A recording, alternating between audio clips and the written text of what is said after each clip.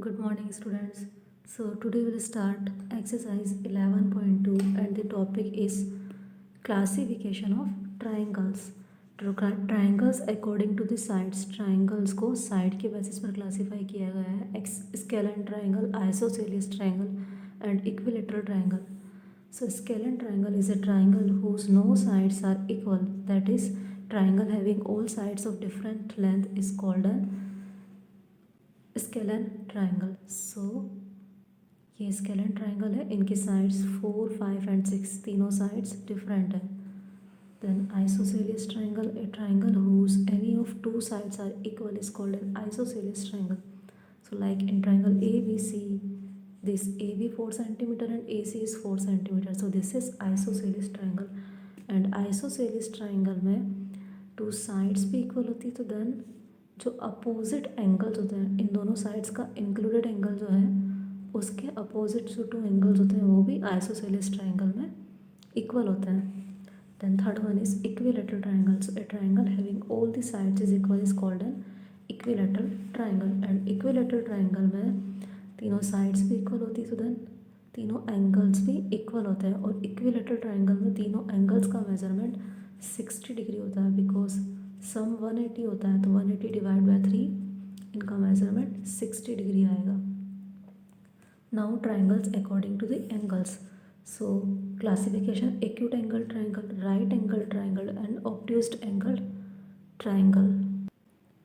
So acute angle triangle are the triangle all the angles are acute or less than 90 degree.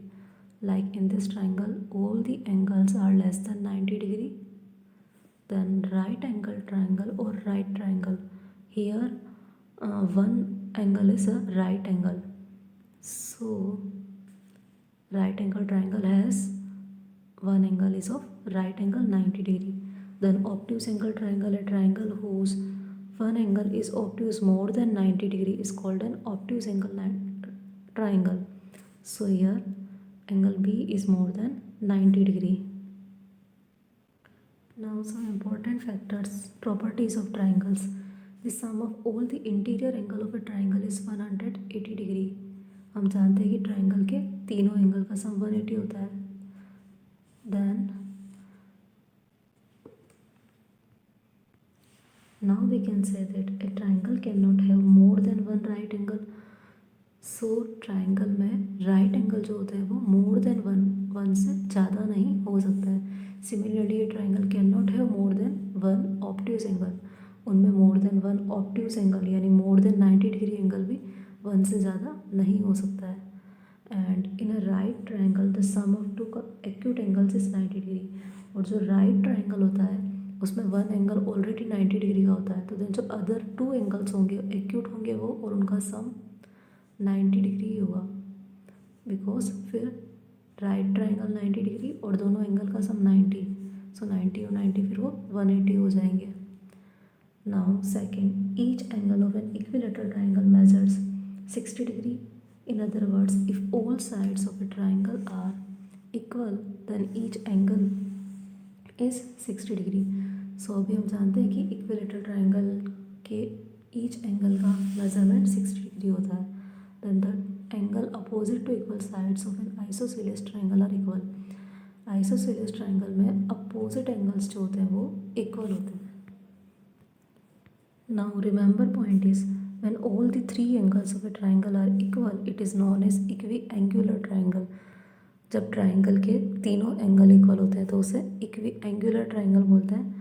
And an equiangular triangle is also known as equilateral triangle because all the three sides are equal. Then second point, a scalene triangle has no equal angle, no two angles are equal.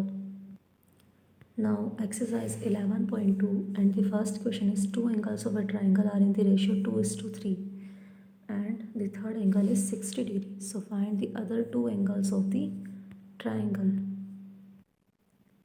So यहाँ first question के अंदर हमें third angle का measurement given है जो कि 60 degree है. So triangle के तीनों एंगल का सम 180 होता है, तो 180 में से 60 को हम माइनस कर देंगे एंड जो डिफरेंस होगा वो 120 डिग्री होगा. फिर नाउ जो अदर टू एंगल्स हैं उनका हमें रेशियो गिवन है 2:3. तो देन उनकी वैल्यू हो जाएगी 2x and 3x। So 2x and 3x का सम करेंगे 5x। 5x की वैल्यू 120 डिग्री है, तो देन हम फिर 2x की और 3x की वैल्यूज़ फाइंड आउट करेंगे। सो ये इस तरह से होगा, 5x की वैल्यू 120 डिग्री है, तो देन 120 को 5 से डिवाइड करेंगे और ये आंसर आएगा 24 डिग्री। तो देन 2x की वैल्यू 24 टू ज़ा 48 डिग्री और 3x 24 3 ज़ा हो जाएंगे 72 डिग्री। सो इस तरह से अदर टू एंगल्स का मेजरमेंट 48 एंड 72 डिग्री आएगा। Now second question, find the values of x in each of the following figure. So यहाँ डायग्राम बने हुए हैं और हमें x की वैल्यूज़ को फाइंड आउट करना है।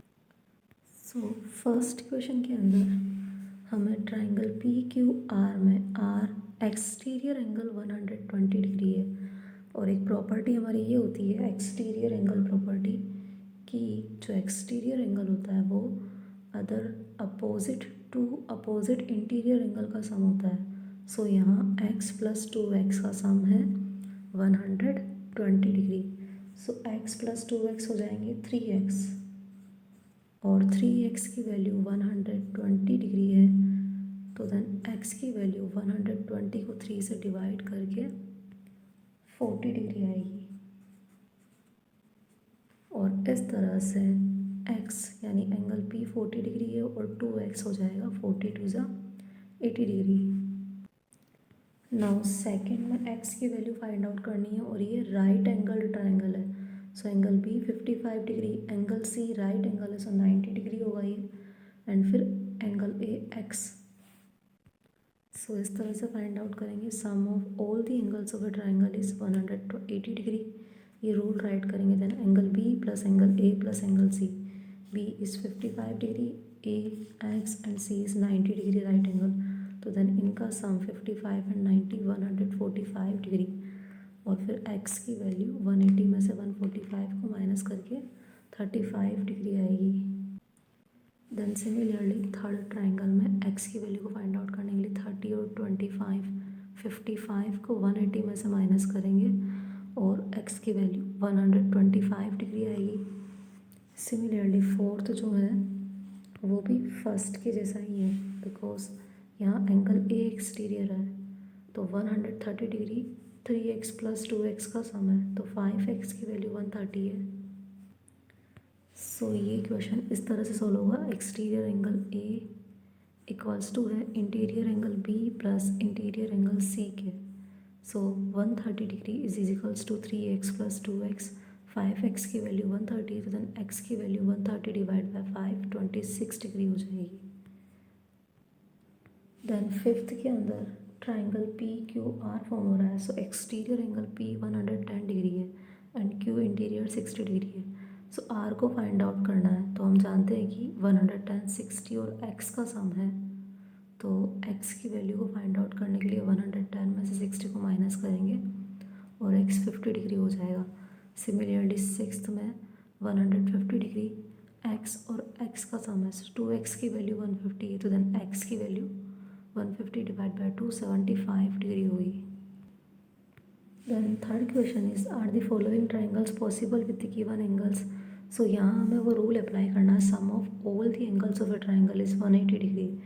देन फिर हम इनका सम करेंगे एंगल्स का, और सम 180 डिग्री है तो देन ट्राइंगल पॉसिबल है, अदरवाइज नहीं होगा।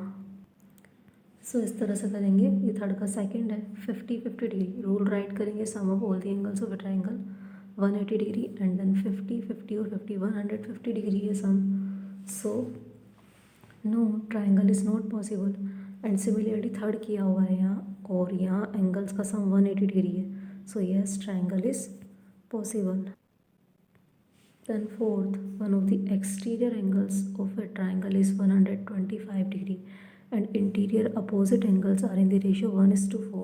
So find the angles of a triangle.